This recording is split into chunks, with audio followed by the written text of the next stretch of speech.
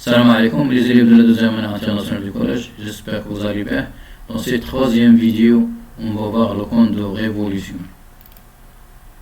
On va utiliser le logiciel GeoGebra pour voir comment se forme un compte de révolution. Vous allez bien. Dans cette courte vidéo, on va voir le compte de révolution. On a ici un triangle SOA rectangle en haut. SOA est un triangle rectangle en haut. Lorsqu'on fait tourner ce triangle rectangle SOA autour de côté de l'angle droit SO, vous voyez, ce triangle vert fait une rotation autour de l'axe SO, c'est-à-dire le côté SO de l'angle droit, un corps qui se génère, c'est-à-dire qui se crée. Ce corps s'appelle le compte de révolution.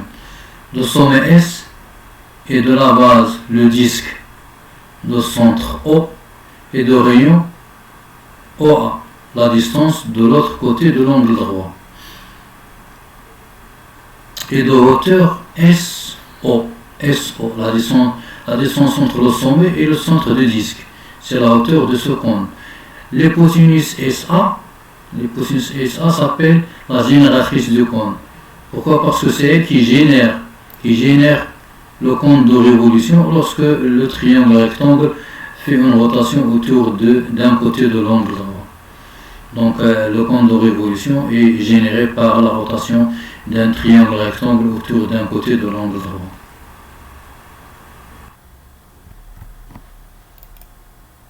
En définition, un compte de révolution de sommet S est le solide engendré par la rotation d'un triangle SOA, rectangle en haut, autour de la droite SO. La droite SO, c'est la droite qui passe par le S et O, côté de l'angle droit, le support de côté de l'angle droit SO. Le disque de centre O et de rayon OA est la base du cône. Donc ici on a dit un cône de révolution de sommet S est le solide engendré par la rotation, c'est-à-dire créé par la rotation d'un triangle SOA, rectangle en haut autour de la droite SO. Ça engendré, c'est-à-dire créé. Partant du cône de révolution, la base qui est le disque ici, la base de centre O et de rayon R, c'est ici OA, la base, et la face latérale, elle est là. La face latérale, c'est le patron d'un cône de révolution. Bon, pour calculer la surface latérale d'un cône de révolution, il faut calculer la surface. C'est cette surface, c'est la surface latérale. R latéral d'un cône de révolution.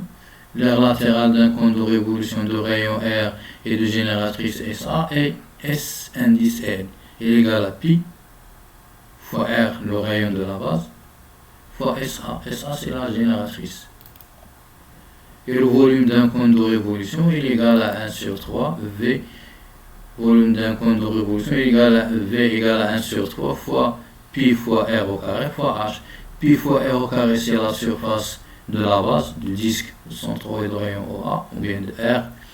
Donc c'est la surface de la base fois H. 1 sur 3 fois la surface de la base fois H. Et la base, c'est un disque, donc la surface d'un disque, c'est pi R au carré. Tel que H est la hauteur et sa hauteur, et R est le rayon de la base. Et la hauteur, c'est la distance entre le sommet et le centre de disque de la base. Application. Un cône de révolution de rayon R égale à 6 cm, et de hauteur H égale à 8, la hauteur SO égale à 8 cm. Calculez V, le volume de ce cône de révolution. Deuxièmement, calculez A, sa surface latérale. Prenons pi est à peu près égal à 3. On va prendre pi égal à 3 dans tous les calculs. On ne va pas prendre pi égal à 3,14. Pi, il n'est pas égal à 3,14, il n'est pas égal aussi à 3, mais c'est une valeur rapprochée de valeur pi. Et 3,14 aussi, c'est une valeur approchée de valeur pi. Il n'est pas égal à 3,14. Mais dans cette application, on va prendre pi, la valeur approchée de pi égale à 3, pour simplifier les calculs seulement. Donc, premièrement, calculer le volume de seconde de révolution. V égale, on a dit V égale à 1 sur 3 pi r au carré, la surface de la base qui est un disque ici fois h, et je remplace pi par 3 et r, le rayon de la base, par 6 cm et h, la hauteur, par 8 cm. Donc V égale à 1 sur 3 pi égale à 3, à peu près égal à 3, la valeur approchée de pi égale à 3, r c'est 6 au carré, et h c'est 8. 1 sur 3 fois 3, je vais simplifier ici par 3. Qu'est-ce qu'il me reste? Il me reste 6 au carré, c'est 36, fois 8. 8 fois 6, 48. J'écris 8 et je retiens 4. 8 fois 3, 24, plus 4, 28. Donc le volume de ce cône est égal à 288 cm au cube. Deuxièmement, calculer A, la surface latérale de ce cône de révolution. La règle A égale à pi fois R fois SA. R le rayon de la base et SA c'est la génératrice. Donc pi égale à valeur approchée de pi égale à 3. R égale à 6 et SA il est égal à quoi? SA. On n'a pas ici la distance SA, la génératrice SA est inconnue. Donc pour calculer l'aire latérale de ce cône, il faut calculer SA, la génératrice SA. Et on a ici le triangle SOA est un triangle rectangle en haut. La distance SO égale à 8, la distance OA égale à 6. Donc on va appliquer le théorème direct de Pythagore.